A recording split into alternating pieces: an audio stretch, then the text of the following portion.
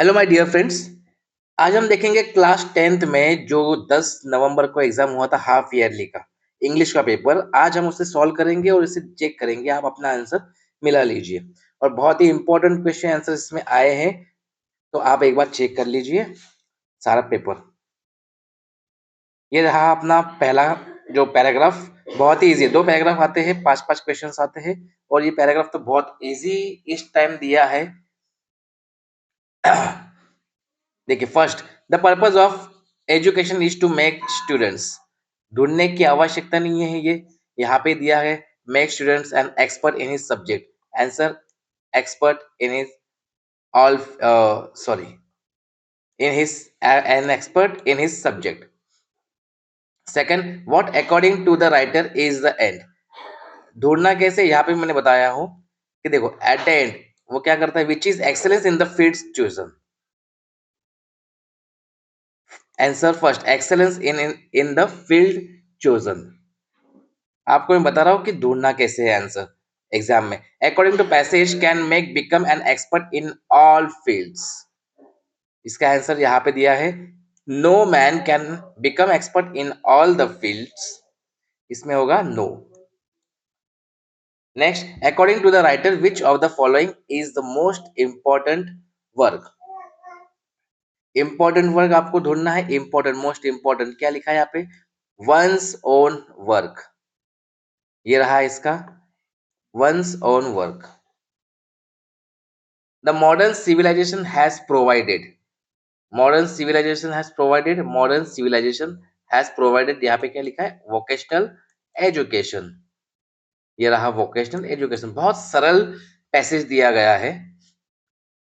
Next है हमारा passage, Sardar Patel is known as iron man of India. First, who is the iron man of India? Sardar Patel. When did Sardar Patel die?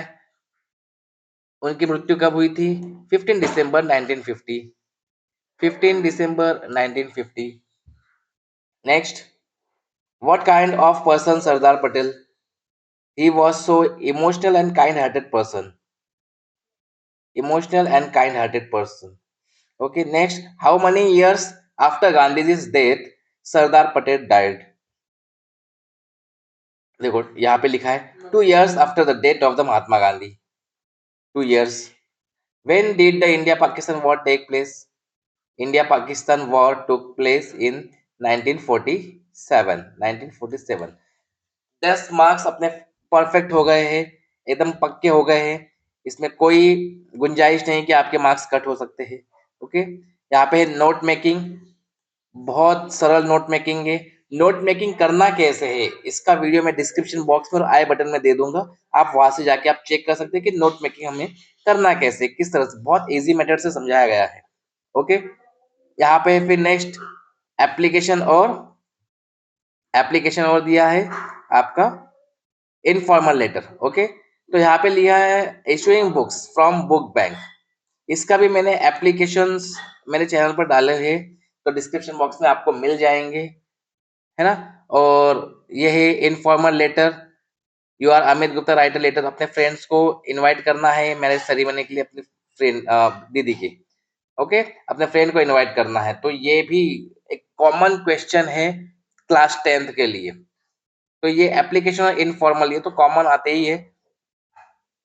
चलो next, ये topics पे ऐसे लिखना है, man mobile online education importance of tree, right a paragraph importance of sports and yoga. चलो one by one मैं आपको ऐसे प्रोवाइड करवा दूंगा इस चैनल पे। तो इसके लिए आपको सब्सक्राइब करना पड़ेगा और बेल आइकन को दबाना पड़ेगा, जिससे कि आने वाले हर एक वीडियो की नोटिफिकेशन आपको मिले। और बहुत जल्द ही मैं ये सारे ऐसे और ये टॉपिक्स डालने वाला हूँ इस वीडियो में, इस चैनल पे। तो चैनल पे बने रहिएगा आप लोग। और बहुत सरल लैंग्वेज में, अगर आपने मेरे क्वेश्चन आंसर देखे होंगे, क्लास 10th के सारे चैप्टर्स के क्वेश्चन आंसर मैंने प्लेलिस्ट में क्लास 10th के क्वेश्चन आंसर है, आप जाके चेक करिएगा। वो सारे आंसर्स आपको एकदम इजी लैंग्वेज में हिंदी एक्सप्लेनेशन के साथ ही मिलेंगे। ओके, कोई भी डाउट हो तो आप you can directly message on channel. Okay, no problem. या ये रहा आपका पिक्चर गाइडेड। पिक्चर में जो जो दिख रहा है आपको वही लिखना है। 3 मार्क्स का है, आपको 2 मार्क्स तक आपको 101% मिल जाएंगे। बहुत सरल पिक्चर है यहाँ पे। चलो सेक्शन सी ग्रामर स्टार्ट करते हैं अपन, और यहाँ पे 10 के 10 मार्क्स अपन फिक्स कर लेंगे। किस तरह से देखना, द अर्थ राउंड द सन, तो यहाँ पे अर्थ है, और अर्थ इसका मतलब है यूनिवर्सल ट्रूथ है, और यूनिवर्सल ट्रूथ के लिए हमेशा प्रेजेंट इंडेफिनिट ही लगता है, कोई पास्ट नहीं लगेगा। ओके, तो यहाँ पे होगा मूव्स, एस लगना है क्योंकि ये एक सिंगुलर नाउन में आता है। ओके, नेक्स्ट, ही इज, ये हवर नहीं है, ये एवर है, एवर। साउंड ए का आ रहा है, वोवल साउंड के लिए हम आर्टिकल लगाते हैं an. We went to Delhi, जब भी हम मंथ की बात करते हैं, मंथ की बात करने, मंथ जहां पे भी मंथ लिखा होगा वहां पे आप आके बंद करके ऑन लगा देना है, सॉरी ऑन नहीं, इन। ओके, तो मंथ के लिए हम सिर्फ इन लिखते हैं। हाउ, शुगर, शुगर एक अनकाउंटेबल नाउन है, अनकाउंटेबल के लिए हम लगाते हैं much. How much sugar do you take in tea. I am going to school, मैं स्कूल नहीं गया क्योंकि मैं बीमार था, क्योंकि के लिए बिकॉज। यू वर्क हार्ड, अगर तुम हार्ड वर्क करोगे तो पास हो जाओगे, अगर के लिए हम यूज करते हैं if. When I was young, जब मैं यंग था तो मैं ट्रीज क्लाइम कर सकता था, ट्रीज पेड़ पर चढ़ सकता था। तो कैन नहीं होगा, पास्ट का टेंस है, पास्ट टेंस से ये वॉज लिखा है, तो हम कैन का पास्ट कुल्ड इस्तेमाल करेंगे। ओके, चलो डू एज डायरेक्टेड, ये सारे 7 क्वेश्चन मैं आपको सॉल्व करके बताऊंगा किस तरह से सॉल्व करना है आप लोगों को। ओके, चलते हैं वर्ड फाइल पे। ये सारे क्वेश्चंस वही है, it did his work well, he is too poor to pay his fees, ये सारे क्वेश्चंस यहाँ पे आपको सॉल्व करके मिलेंगे।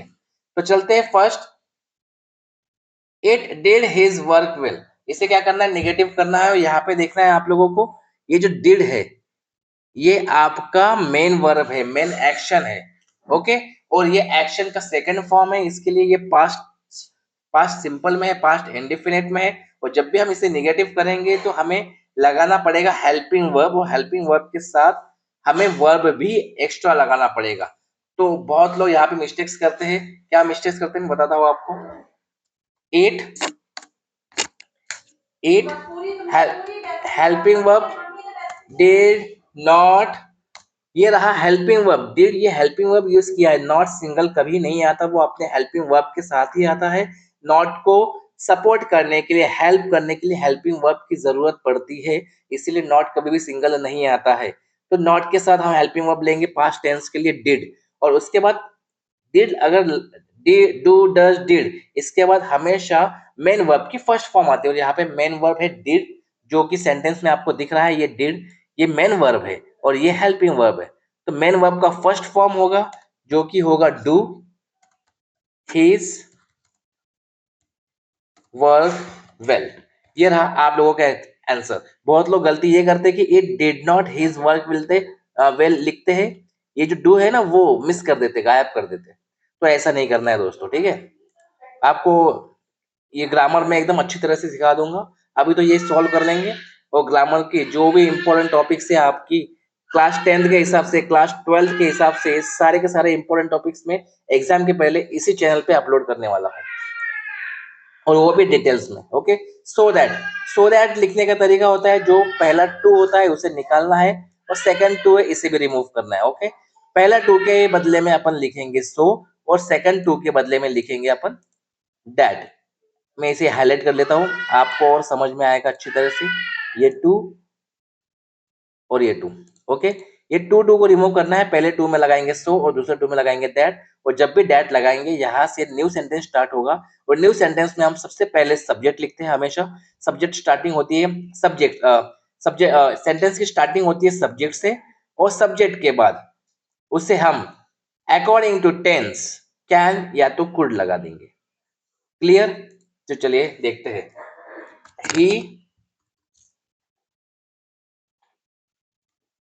he is so poor that लगा देंगे अपन, यहाँ पे सब्जेक्ट होगा, और सब्जेक्ट यहाँ पे दिया है he कैन या तो कुड, प्रेजेंट टेंस है तो कैन, और प्रेजेंट टेंस जो कैन और पास्ट टेंस है तो कुड लगाना है हमें। ठीक है, यहाँ पे इज लिखा है, इसका मतलब प्रेजेंट टेंस है, इसलिए हम लगाएंगे कैन नॉट पे हिज फीस। नॉट क्यों लगाया? क्योंकि ये सेंटेंस हमें नेगेटिव सेंस दे रहा है।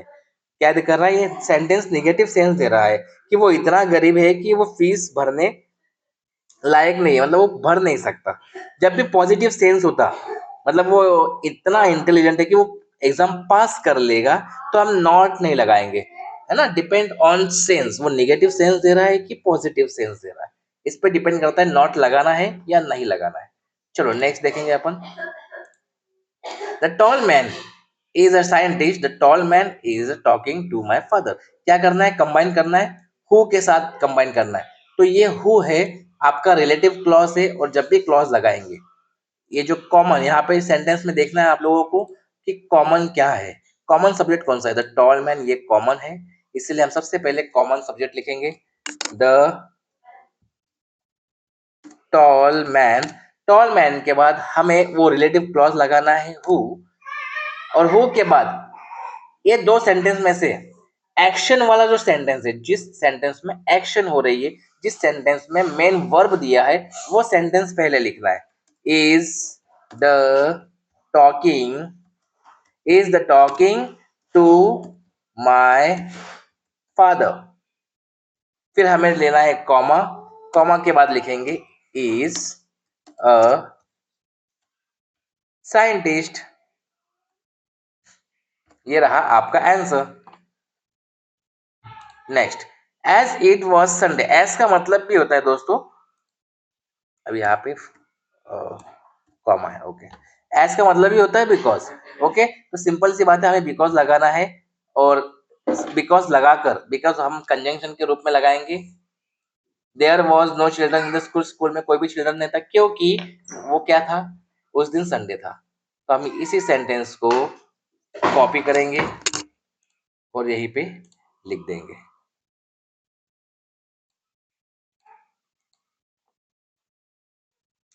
ठीक है, कोई चेंजेस नहीं होगा, there are no changes in the sentence, just you have to use because in the replace of age. Okay, there were no children in the school because it was Sunday. चलो next, if she does not come on time. अगर वो time पे नहीं आती है, नहीं आएगी, तो टीचर उसे पनिश करेगी। ओके, तो यहाँ पे यूज करना है हमें अनलेस। अनलेस का मतलब होता है इफ और नॉट। जब हम अनलेस यूज करेंगे, अनलेस ये वर्ड अपने आप में ही निगेटिव सेंस देता है, तो निगेटिव सेंस देने की वजह से हम अनलेस के सेंटेंस में नॉट को नहीं रखेंगे। इसका मतलब है हम इफ को और नॉट को हटा देंगे, इफ को और नॉट को हटा देंगे। याद रखना दोस्तों, इफ और अनलेस ये सेंटेंस को बनाने के टाइम पे आपको एक टेंस आना बहुत जरूरी है।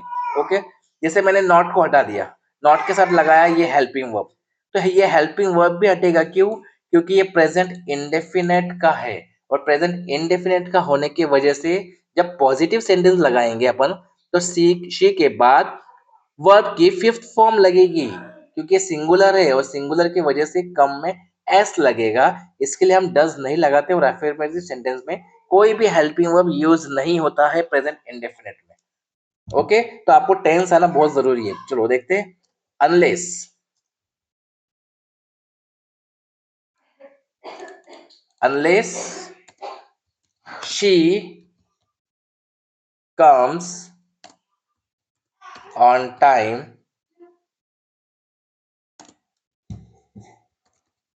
आगे का जो सेंटेंस है कोई भी चेंज नहीं होगा, कुछ भी चेंज नहीं होगा इसमें, पूरा सेंटेंस जैसे है वैसे ही आपको लिखना है। ओके, सेंटेंस का मीनिंग चेंज नहीं होना चाहिए, सेंटेंस जो बता रहा है वही हमें सिर्फ अलग सेंस में लिखना है, अलग वर्ड यूज करके लिखना है। चलो नेक्स्ट, ये बहुत सरल, ये तो सरल, इतना सरल है ना कि आपको जम्बलिंग कर, जंबल वर्ड है उसको सेंटेंस बनाना है, और सेंटेंस की शुरुआत हमेशा सब्जेक्ट से होती है। यहाँ पे कोई भी क्वेश्चन मार्क नहीं है, इसका मतलब क्वेश्चन बनेगा नहीं। ओके, नॉट नहीं है, नेगेटिव नहीं बनेगा। तो सबसे पहले होगा सब्जेक्ट। सब्जेक्ट क्या दिया है यहाँ पे? आई, सब्जेक्ट दिया है यहाँ पे आई लिख लिया अपन ने। फिर उसके बाद कोई हेल्पिंग वर्ब दिख रही है नहीं, इसका मतलब ये प्रेजेंट इंडेफिनिट का सेंटेंस है, तो हम लिखेंगे मीट ऑलवेज मीट। 1 सेकंड, यहाँ पे चार्जिंग लो हो गई है, हम यहाँ पे चार्जिंग में लगा देंगे लैपटॉप। ओके, चलो ओके। आई ऑलवेज मीट ये वर्ब हो गया। वर्ब के बाद आपको लिखना है ऑब्जेक्टिव पार्ट। ओके, मैं किससे मिलता हूँ? फ्रेंड से मिलता हूँ। I always meet friends. कहाँ पे मिलते हैं? एट। ओके, अब माय बचा है, तो माय कहाँ पे होगा? माय एक पजेसिव नाउन है। ओके, तो पजेसिव नाउन हमें यहाँ पे लिखना है मैं मेरे फ्रेंड से मिलता हूँ। कहाँ मिलता हूँ? At school. इस तरह से आपको अरेंज करना है।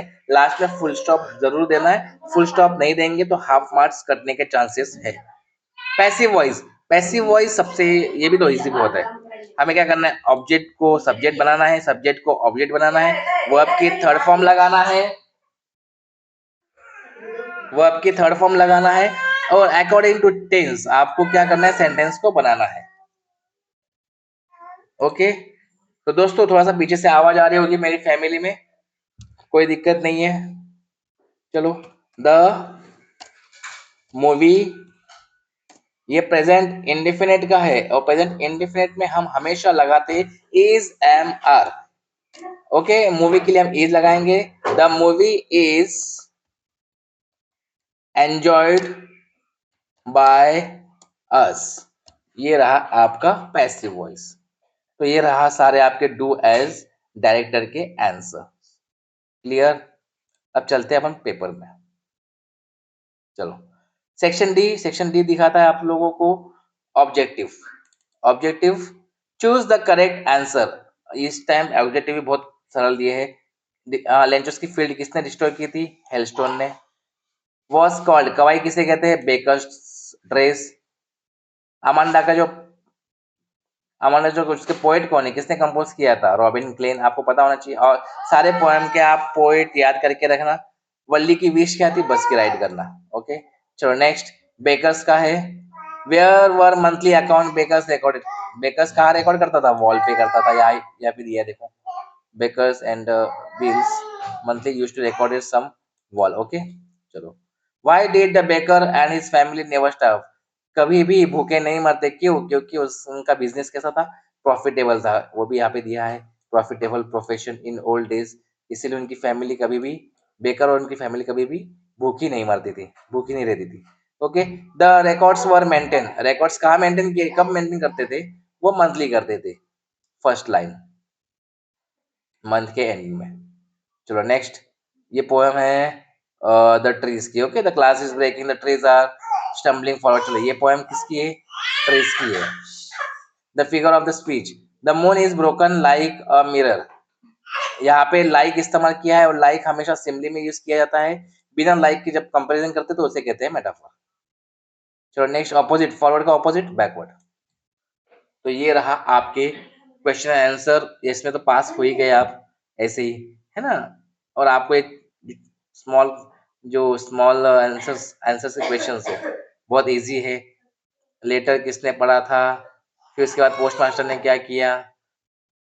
What idols does Nelson Mandela set out of the future of South Africa? What is the diary? Diary क्या है? Where is the cook located? चलो, ये तो बहुत सरल सरल। इस टाइम तो फेयरली, इसका मतलब आप लोगों ने एकदम पेपर को क्रैक कर दिया होगा, फाड़ दिया होगा एकदम एग्जाम में, ऐसा लग रहा है मुझे, क्योंकि इतना सिंपल एग्जाम हाफ ईयरली में पूछा गया था। और आशा करता हूँ कि आप ये सारे पेपर सॉल्व करके 3 घंटे में फिर से एक बार लिखने की कोशिश करें, प्रैक्टिस करें, क्योंकि आप लोगों को 3 घंटे में नहीं, मिनिमम 2 घंटे में आपको पेपर कवर करना है। आधा घंटा पहले रीड करने के लिए, चलो 15 मिनट में ही रीड हो जाएगा। ओके, 2.5 घंटे में आपको पेपर लिखने की प्रैक्टिस होनी चाहिए। तो सारे पेपर आप लिख कर प्रैक्टिस करें, और बने रहिएगा इस चैनल पे। आने वाले हर एक वीडियो में जैसे एसेस, सारे एसेस कवर कर लेंगे अपन, ग्रामर कवर कर लेंगे, इंपॉर्टेंट टॉपिक्स कवर कर लेंगे। तो इसीलिए आपको बेल आइकन दबाना बहुत जरूरी है, सारे वीडियो की नोटिफिकेशन आपको सबसे पहले मिल सकती है। Okay, thank you.